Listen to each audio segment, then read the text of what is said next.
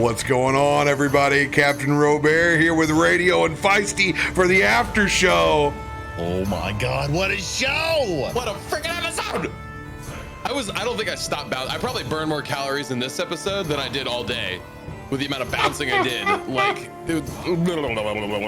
right there with you, brother. Right there with you. God, I'm sweating after the end of that episode. Just everything that happened, all in succession. Oh, I'm worn out. What foreshadowing. The previous episode from the Ash Chewin', and me and Feisty have been playing it up, enjoying it, just having fun with the RP, really. Yeah. Because he's willing to push it forward. He's a man of, he's a holy man, even if he is a holy man of the sea and the tempest and right. what it takes. He's been a bit of our moral compass that's been out there. Both him and Illia have made that. Pickles is the agent of chaos. Shackleman is the yes man. And that's how the voting has been. Generally, chaos and yes man have sided with the captain, and Illia and Osorin have largely had to be, suck it. You guys are the newest part, and we're they're not shipmates. You do the thing. You do the thing on the show. Yeah. So then you go and you do the poke and prod a little bit because you don't mean to. You're being helpful during the helpful with your friends in conversation. You've been comrades with in battle, and right. Shackleman's having none of it. Shackleman wants shipping crew first. I'm sorry, Solomon, but yeah, Shackleman too wants none of this whatsoever. We knew from already the alluding that we had with that he had his own motive for what he needed to do with the vestige and what he wanted to accomplish with this.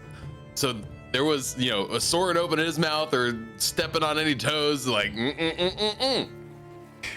meta knew, but you didn't know. No, yeah, right, exactly. Inside game. So it's fun. It's fun to see it play out. Then we start doing some rolls. Right. Let's do a little back and forth. Then you nat 20. Oh my God. And anytime there's a nat 20, we're going to do some shit.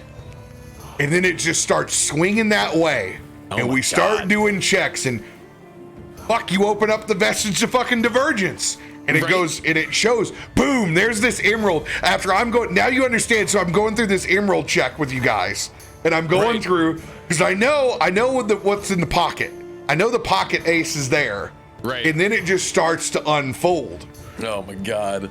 And, with a 20, there's 3 stages to that vestige of divergence. And this is a campaign that goes over slowly unlocking this. Right. But Osorin's intentions to clear this infirmary out, and then that 20, and it's all too good. It all lines up. That's what these gods of this new realm needed to hear. So what you did, and why we went from level 8 to level 10, who needs to go talk to the elder? You already know how to open this thing. You've done it twice now. Yep. With good intentions of purging whatever this is that's come from what they call the Netherdeep, and to be the deep below. Oh my God. And that tie-in right there. You've put the pieces together instantly at this place of great conflict. This what almost feels like a seat of it. Like this is deeply connected, it feels like. It is, in its history, the scar that's left from the old gods that continues to spill out the sins of the past. Yep. And this is that open wound, and all of a sudden, you're beyond the Band-Aid. You're the salve. You're the strength. You're everything that these old gods could ever want or imagine, and your intentions not even from the same plane, which I think is so pretty. I really like that. Because we're planes hoppers, right? So this for that to be that wild ace that they were not expecting, and then just all those pieces line up for them as the gods. If there's anything, you're the blank slate that they've always been looking for. Right. Osorin is the anointed one. And we got to have fun with it burning in to my skin, and you got to see the bits and pieces where I had super disadvantage on trying to kill the man who escapes. Right. Right. And I save. But when I put that cigar in his mouth, I hadn't even thought of it yet in my mind. And I'm like, oh my God, I just sentenced this old boy to death. And that's why I invoked the hellish rebuke that he caused himself. He burnt, done just enough damage to him to go, yeah, I can release this spell because they're fucking mine. Yeah. Oh my God. And all the things that lead up to it. A 20 to run afterwards. I was going to yank those bones down. They were going to be gone. Right. You were going to have to deal maybe in, probably what would happen with you guys being aerial. You're going to see the footprints and you're going to be like, what in the fuck is our captain up to? And there would be this whole hostile situation that would have played out, and a very upset Shackleman and a very upset Osorin. And who knows what happens to fucking Captain Solomon? Right. I mean, because Osorin doesn't know this connection with Shackleman to Malachar, and already is getting some sort of tickle of Solomon's not. This is not right. Something's not lining up. There's questions unanswered, and then for just. And I'll be honest, I don't think it would have taken a real heart to heart with Shackleman for Solomon to break. Oh yeah, because he would have. He's had it. Malachar wouldn't allowed it. Well, even then, I don't think that's rock bottom. Right. I don't think that's rock. Accidentally killing a guy in the street instead of it. As a pirate, like he had it coming. Yeah. it not only like it. Sure, it's just one dude that already was kind of a prick, right? But also it accomplished the goal that Solomon also wanted, which was to keep him quiet. That's the problem. Like it's too. It works. It still does the thing. Yeah, it does the thing, and that's what largely, whether it's been something he wanted to do or not, he's agreed that it's gotten the job done. Right. All the way from the very beginning, which I didn't use the voice in the head when he did it, when he was like, no, fucking kill them all. That was the first lead within the game about that. Before you guys got to get pieces that were inside the grotto, you got to see that, no, this is at the end of it, it's kill them all. Right. It's kill them all. And you can raise your crew. Even after they die, don't worry about them. You can raise your crew. Because at the end, they're crew. They're all servants of the Lord. They're of the all Deep. servants of you. So it's all, we'll give you your power. You'll get your ship. You'll get your everything. Don't worry. Your crew can persist beyond death just because they measly die here, just like you did before when you fell off that boat. Fucking bullshit Malachar promises. Hard when you're upside down and you're bottom of the sea. Yeah. And you're just cod fishing and you know that you're meant for more. And you forsake your vows and you don't let the sea take. That was such a good scene, dude. Such a good fucking scene that you built out with that. Like, Hey, you Johnson. Guys. It was everything you could ever hope for in fun verbal spar of back and forth, and the dice let it be as cool as it possibly could be. Player side. It got broken. It got broken. Yeah. It got broken somewhere in the system. I'm just so glad how it went down, like piece by piece, and it just kept going that way. It really, like, you can't stop that once it gets going that way. You also couldn't plan for it to go that way. Fuck no, dude. There's no lining up for that piece to happen. Hence the 2-level jump. 20s. Oh my God. Or, dude, that's the way, dude. It's been 1s and 20s all week since we come back. Oh my God. That's just Osorin's. Now, Pickles had some, you had some. There were a lot of fucking nat 20s in this. Oh my God. Wild. You know what? I'll even say that a D4 on the written, like for Osorin to be the one going there, that's also a nat 20. Like that. Got the 4, got the 20, got the 20 on the vestige. Then you hit 24. You got everybody inside the room. You know that you can AoE it now. Yeah. Ugh. And you know, so from a like character development standpoint, there isn't a doubt of Mannanen, but it does almost feel like Mannanen isn't as important to this situation as Osorin almost kind of wants him to be. And I think that is kind of a neat character development that I like to play with, especially being somebody that's not like a person of faith by any means. I think getting to play somebody that is, and that does lean on that faith a lot, for that to not be the real reason as to why things are happening, I think it starts unlocking some things inside of the psyche, like, oh, well, Mannanen is the compass, but Osorin is the wind. Right. Like I love kind of unpacking and playing through that. And you're on a different plane. It's less. The influence is less. The tempest is less because it's made his mark on a different plane. Yeah. And you have a vestige of a moon of 3 different gods are in that thing. And you really only know about one. So it's funny, you know how to use the damn thing, but you don't hardly know shit about it. Nope.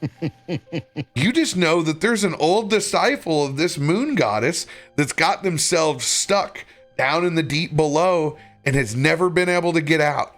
Yeah, what was the name? I do have that written somewhere. That's in my notes if you don't have it, because I thought that was Elixian. Elixian, yep.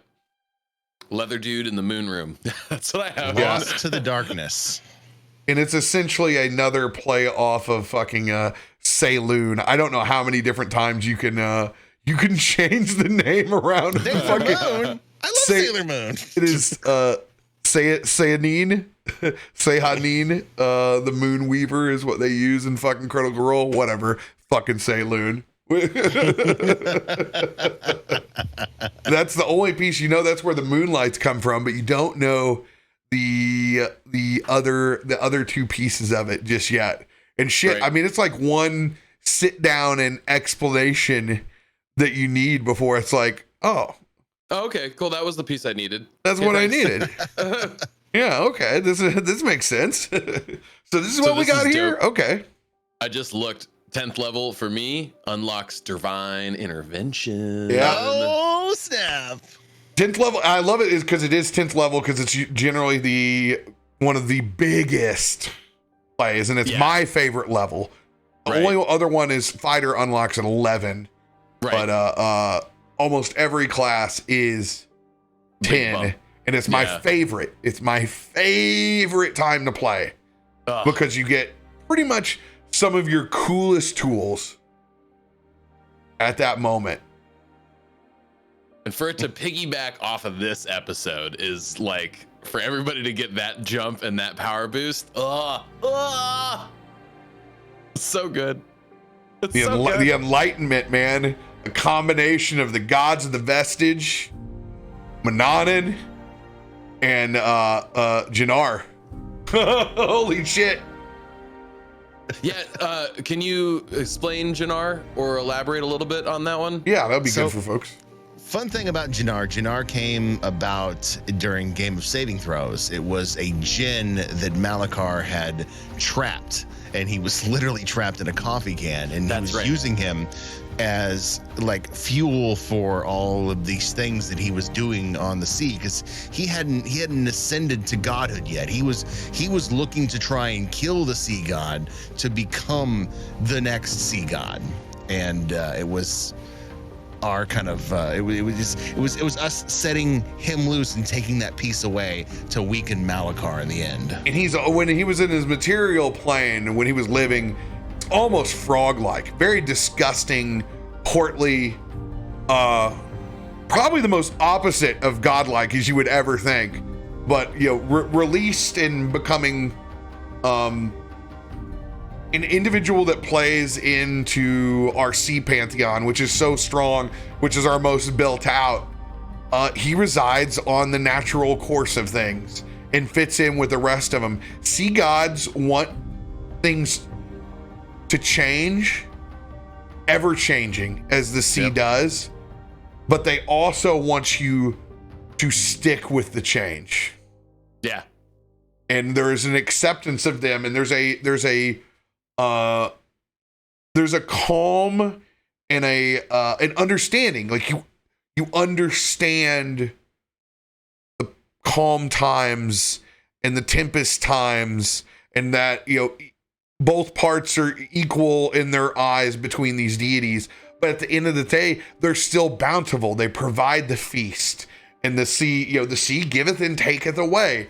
It is a pantheon of that nature, and why it is completely juxtaposition against the deep below, which is ultimately will always be envious of whoever's on land.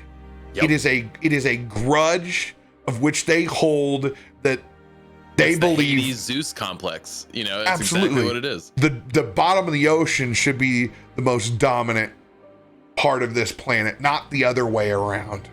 Yeah. They think the whole thing should be flooded and that it should be theirs to reign. And in their death, their jealousy only gets stronger. And so they disrupt that natural balance, and where these gods come in to go, why it's important. Why it's important to have a kraken that is natural versus corrupted by the dark waters below. Right. Oh my gosh. So you made me on the spot. I go, this is going down. I'm being repatroned right here. I was going to ask how much of that was planned, because honestly, and in my mind, I always had, all right, when the Malachar thing comes up, I'm going to be repulsed.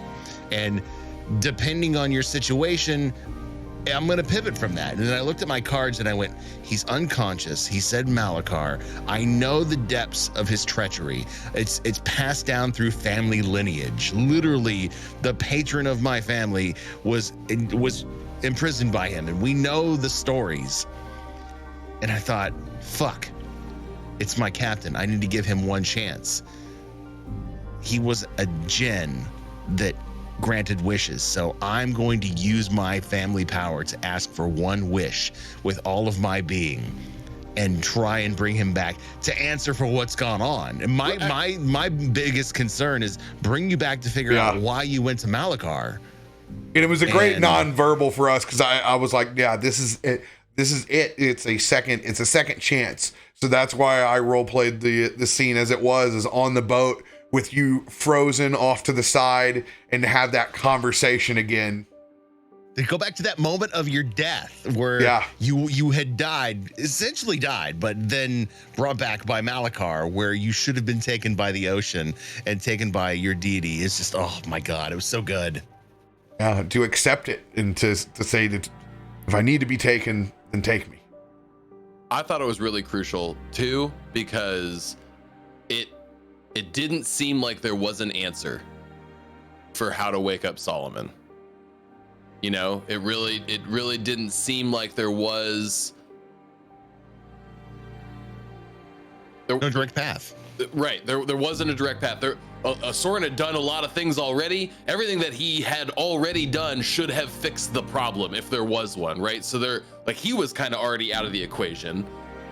We pitched it to Illia to see if there was anything that looked like it was in the wheelhouse there, and it didn't. Nothing was really lining up, and it was just like, I mean, is it fucking? We had Shackleman make his role for his voice. Like, what else is there to do?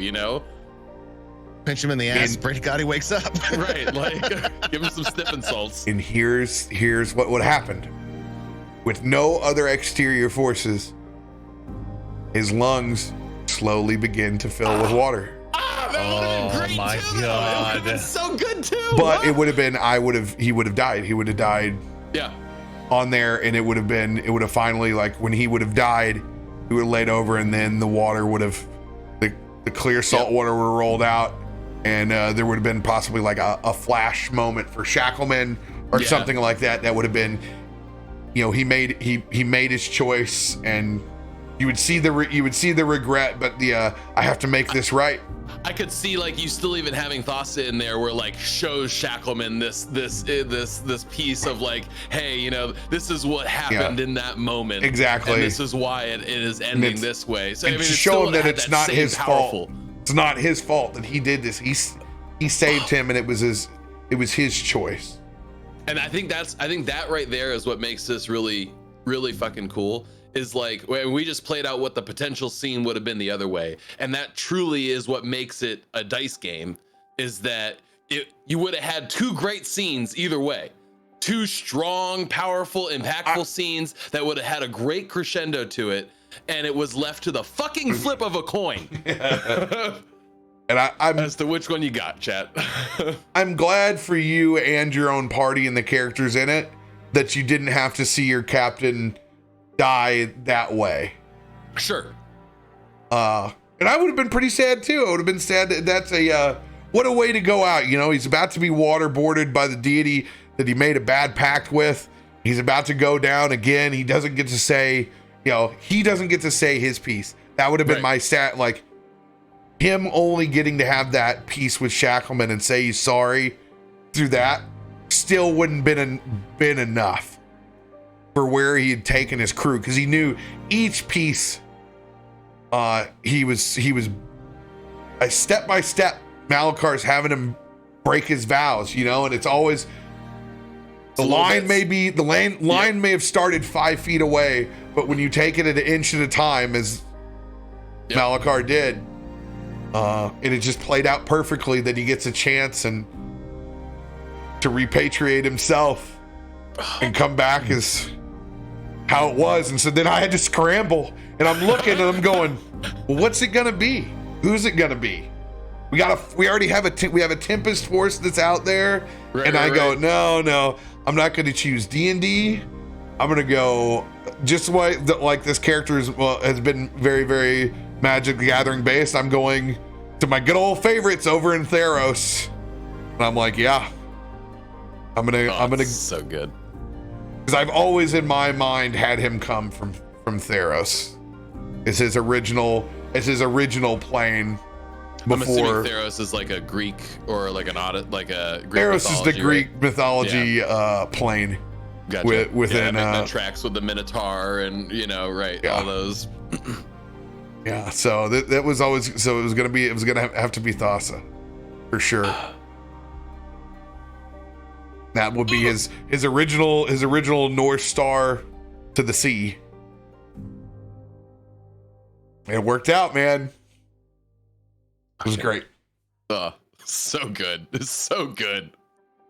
This is and we have a fully like juiced up ally squad now again that is even more indebted to us than before. Yeah, really. I mean, you got fucking support squad. Yeah.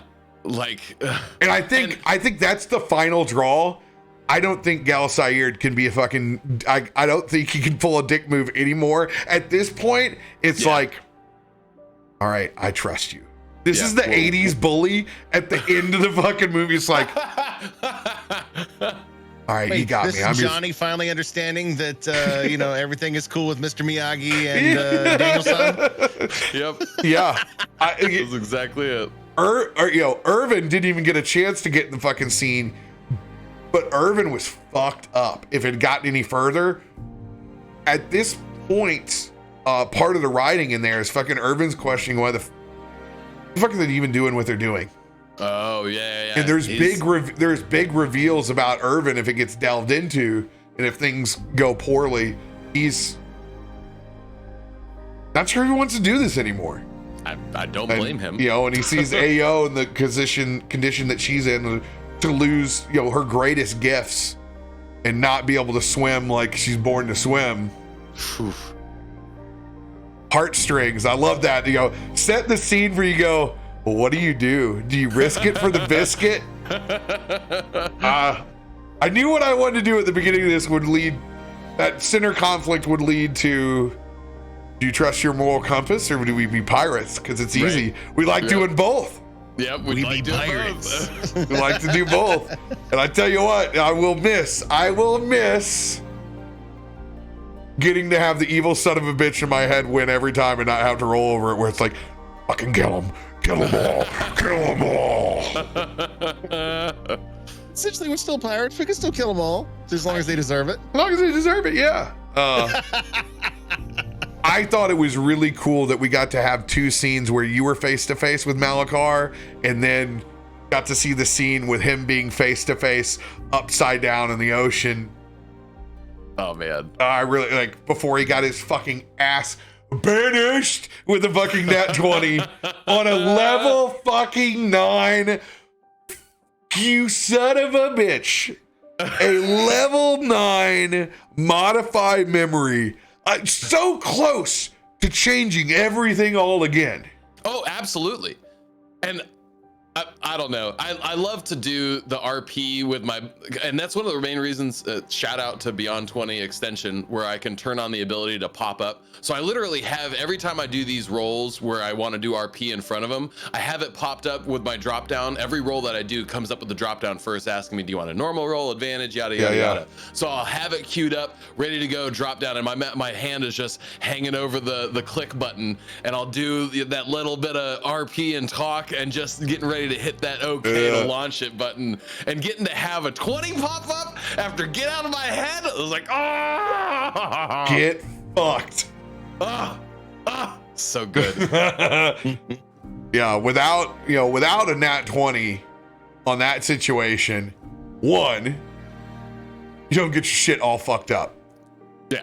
But two, you're not getting the vestige to open up and separate me from Malachar. So Malakar's still gonna be there. Malakar's totally fucking, he's chilling out, but man, that vestige pops right back open again because you're acting from a better place, from this place of kindness and good, and it knows it. It trusts you one step even further. That's what's going to be crazy now. Yeah, right. You have shown your judgment to be without repute twice. So the stepping stones, like, that's what leads up to this 2-level jump, and how it's like, you're going to get a little information from this elder, and then it's going to be, I'll be honest, guys, we're going to the deep. Going to the deep. Like 100%. Like, it's okay. We're rolling in the deep. Can you tell us? Can you not tell us? It's okay if you can't. Is Malachar actually gone? No, just banished. We don't know. No, all you did was sever him from. Yeah. Not ended. No, not even close. Yeah. Okay, good. I didn't think so, and but I wanted to know. Like, it felt like that was just a get away from me scene. You just cut it. Like, you cut another one of his tendrils from the material plane. Right. Which is fucking just as probably bad in his fucking mind. He'd probably rather die than fucking lose again, because he's got a history of fucking losing. And it's just makes him fucking angrier and angrier. You gotta remember, this guy grows up being a fucking dupe. Like, he's he's Officer Doofy that eventually fucking gets fucked so many times that, like, they start to figure things out. Yeah, this guy was the fucking butt of every fucking C joke. Yeah. And now he's got a big badge of, I'm the asshole of the fucking sea. Am I remembering correctly? Treating me that way. Wasn't he a first mate? That was where we saw his, like, origin character. It was him as a first mate to somebody, right? Oh yeah, and fucking there's a whole story with him and fucking Valis. No, but that's it. Was it Valis's first? He was first mate to Valis. Is that who it was? Yeah. Okay. He was Valis's first mate. Yeah. Yep. And he betrayed him. Yep. Yeah, it's so good. I love it. So good. It's so good. Spans time and generations. I think that we'll probably end up getting a Valis scene then at some point. We'll see. Who knows? You never know. Never know. I'll be honest, I don't think so. Ooh, I don't think so, because he is in retirement. that's fair. That's fair. And he got pulled out from begging in the parallel timelines that is in fucking Baldur's Gate. Right. And I'll be honest, he's already beat fucking Malakar once. He's not going to come back out to fucking... Yeah. Deal with the gum on his shoe, you know? And you're over on a different plane where he's like, Malakar is so pathetic. He's fucking around in somebody else's small little world. Right. What a loser. What a loser. What an absolute loser. Why would I leave my vacation to go and deal with him when obviously he can't even handle these mortals on a plane that's over here? Right. It would probably take, dire straits, I think. Right. To really get with it. And none of us know Valis. As far as I'm aware, right? None of our characters would know Valis. Yeah. Like you would know ascended, pirate god. That's essentially what he is. He's a legendary pirate. He would be like a Blackbeard type in our eyes. Got it. Someone of like Davy Jones's power that would sit in there. But yeah, I think it would take. You would have to take this coming back home and fucking up, like the Rudius coming back across and invading Forgotten Realms, and like it would take Malakar winning and bringing shit back and causing problems back home. Yeah. And really the key to get him to do anything is if it's something that upsets Kiki. Truth. Don't mess with the Sky God monkey. Yeah, maybe it fucks with the monkey's favorite fucking fruit island and it's over. Like that's all it would take, That's his compass these days to enjoy life. So it would probably largely remain there. But as always, you never say fucking never. No. We didn't think they were gonna come out in fucking Baldur's Gate, but we've had this liaison since a Book of the Fae has been picked up, and Chikios is as big a part of that campaign as he is on any other part, right, to help explain the story. Dope. I'm excited. Smile on my face. Happy flight. For real. Wait, are you flying? Wait, what? It's a radio con. I was gonna say. Just a figure of speech. Yeah, man, I wish we got to play this next week so bad. I hate it that we have to fucking wait. I hate it. I almost was like, what's the play on Monday? I could. No, we don't disrupt it. It's a good way. It's a good way to send them home. Everybody will catch up on that episode and be like, y'all see Netherdeep? You see, hey, everybody got a comeback episode. I can tell you that. Yep, Eberron did. Netherdeep did. Everybody's got. Baldur's Gate did. Yeah. Came back and they thought we were on the ropes. We came out throwing fucking right and left hooks. If they had forgot them boys know how to RP, they got fucked up with the truth. No shit. Oh, so good. So we'll leave you all with that. Appreciate y'all. Thank you guys for being patrons. Hope you enjoyed our wonderful ramblings. We will see you back again soon. Night, everybody.